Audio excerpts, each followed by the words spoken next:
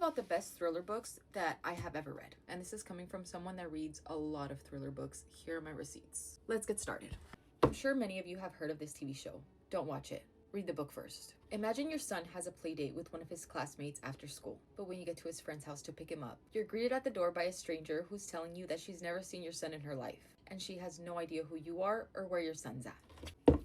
Charlie Donlea is the GOAT. If you haven't read a book by Charlie Donlea yet, you're only doing a disservice to yourself. If you're in the mood for a book with a plot twist that's going to leave your flabbers absolutely gasted, you need to read this book. Talk about a killer survival story, no pun intended. Imagine you're an Olympic athlete taking a sabbatical in the middle of the woods at a mountain lodge resort. When you go out into the middle of the woods all by yourself to do a little bit of training, and you encounter your worst nightmare. Two men that just stumbled upon their new toy. If anybody's gonna dislocate your jaw in shock, it's gonna be Steve Cavanagh. Imagine you're just minding your own business when all of a sudden you're being tried for murder. You know you're innocent and you feel like there's no way that you can go down for this because you didn't do it. But little do you know that you don't stand a chance because the person that actually committed this murder is sitting in the jury.